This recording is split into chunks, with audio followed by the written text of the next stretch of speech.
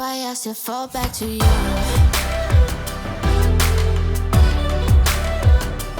What up, nerds? Today we're talking about the 1.3 Genshin update. There's so many goodies coming. I'm super excited for it. But before we get to that, real quick, I did start streaming over at twitch.tv/DeceivedDave. So if you want to stop by, give your boy a follow, help me out. That'll help me out a lot. Not even a little bit. It'll help me out a lot. There's a couple of things I'm working on art-wise, a couple of things I want to add to the channel. But for some of those things, I can't implement them without some follow. So even if you want to stop by later, come show your boy just a little bit of love and just hit that follow for me. That way I can work on some stuff and make it a little bit better, But if you want to stop by, talk, chat about completely random things. Last stream, some guy was teaching me about Argentina. And it was a lot of fun. The kid was cracking me up. I had a great time. So please stop by, come chat, talk with me, hang out, whatever you want to talk about. It can be about Genshin. It can be about something completely different. It doesn't matter. Just come hang out. Let's have some fun. And yeah, I'll see you over there. But let's get into the Genshin 1.3 update. 1.3 Genshin Impact update coming out February 3rd, I believe. It's called All That Glitters, which is really neat. I like the way Liyue looks, the fireworks, the lanterns. It looks great. It was one of my least favorite out of the two. And then now Dragon Spine. It is kind of my least favorite. I don't know why. I just don't like being in that area too much. But this is gonna, spruce it up a little bit, make it a little bit more entertaining for me to be in. They're starting out with a bang right away. They're gonna give you a free 4-star unit. That's huge. That is really big for anyone that either needs a consolation or getting something that they're missing out on. So that's amazing. We have Xiao coming out, the new unit, Polearm user and Nemo damage. He looks really cool. It looks cool. I wasn't too keen on him, but in my head, I'm thinking of different ways I could use him, which can make it a little bit more fun. But the biggest thing is that he does something different. I don't care what they add to the game, as long as they keep on this path of adding something different, new, and fresh. That's my favorite part. I will always like every unit, no matter what, as long as they do something just a little bit different. We're gonna get a Xiao banner as expected, and then a Keqing banner for those who need Keqing. Awesome. But other than that, I'm not looking forward to it. I have Keqing, I have a C1, and honestly I just don't really like her too much. But for those that like her, you're getting it, and it's gonna be great. Next is what I'm super hyped for. They got a defense game coming out. I know the community is, they acknowledge Arknights because it is a gacha game. So when I was watching the live stream, a lot of people were spamming Arknights. This kind of reminds me a little bit more of Dungeon Defenders, only because you drop your units down and then you can run around yourself and actually kill some things too. I don't know if they're gonna let you use any unit or you're just gonna use the MC. Either way, you can cover lanes and stuff like that. So that's phenomenal. Bloons, Dungeon Defenders, Arknights, these are all games that I love. I love defense games. They're a great pastime, and the fact that they added this with the ability to play with at least one friend, I think is great for community building, which takes us into our next thing. We have the camera event where you run around, you take pictures of random objects, and you get colors back. The colors can be random, and then they're gonna allow you to trade with friends. I'm not too excited about running around taking pictures, but I do like the fact that they're making things that force you to build a community and have friends and communicate with people. There's a lot of MMOs out there right now that don't encourage community building, and it looks like that's what Genshin seems to be very focused on, and I fully support it. We're going to be getting some new enemies to kill in the world. Geoviships, they're going to be the bigger versions of those little guys that just roll all over the place and drive you crazy.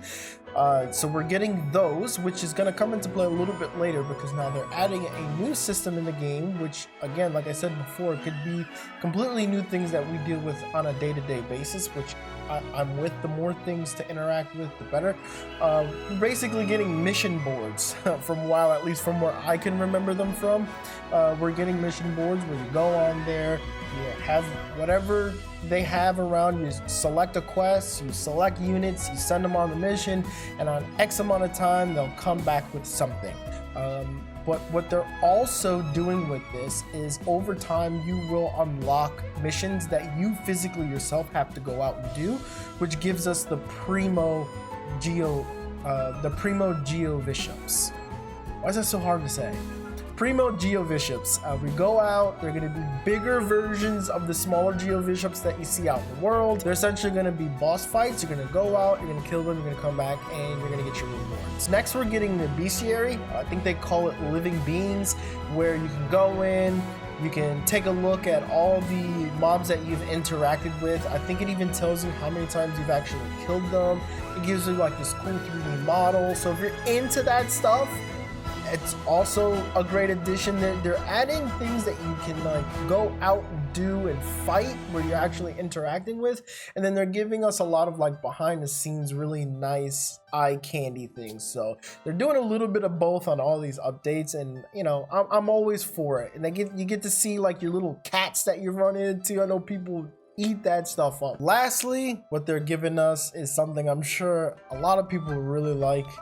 It'll help streamers specifically to help not having to answer that question or hit the button all the time. Now you can just check your friend, see essentially what abyss team they use. I would imagine they're gonna put their 8 strongest units on there, which would more than likely be the abyss team that they use, and you can see everything. You can see weapons, you can see artifacts, you can see what talent levels they're at, you can see what constellation they're at, and this is great. Now, if they can throw us some DPS meters in there are other gacha games that have I think King's Raid was one of them. With this, you can see everything. You can put up what you're using. That way, people can just take a look at it, and you can check your friends. You guys compete together. But with that being said, and me being someone who allocates all my resources all over the place, this next update is amazing. I'm super hyped for it. I know it's probably something a lot of people won't talk about too much, but it is absolutely great, and it's even better if you're at the point where you're not really spending anything on anyone else, but you just kind of keep running into resources. And we'll encourage people to just pick random stuff up, is we can now change out the upgrade materials as far as the elemental stones, and it looks like it's 1-for-1. Now the material that they're showing you use to convert it, no clue how you get that. I guess we'll see when that comes out, but it looks like it's 1 stone for 1 stone, because when you kill the plants and stuff out there and you finally get a purple of an element you really don't care for, you can convert it now. So it's always nice to have that option. And they're also allowing us to transmute the other upgrade material, the one that's usually all the way to the right that comes from a boss, or not a boss, I'm sorry, that comes from a regular mob. They're letting us transmute those as well, but they don't really show what it does when you actually transmute it. So it's either going to allow you to get an upgraded version of that one, or let you convert into something else. Either way, the options to take what you have and turn it into something else is a big change, and it gives us a lot more freedom and the opportunity to negate RNG. And the final thing that I saw that they're adding, which really helps someone like me who's spending way too much money on upgrading characters that I may never even touch, but it's one of those like completionist things that I like to do, is they're giving us a boost, which I believe it's 3 times a day you can get this boost on ley lines, and that's called, I believe it's called Leyline Overflow, where you go in, you use it, and more than likely I'm assuming it's gonna be a double, just like if you were to use a condensed resin, it gives you 2 times as much.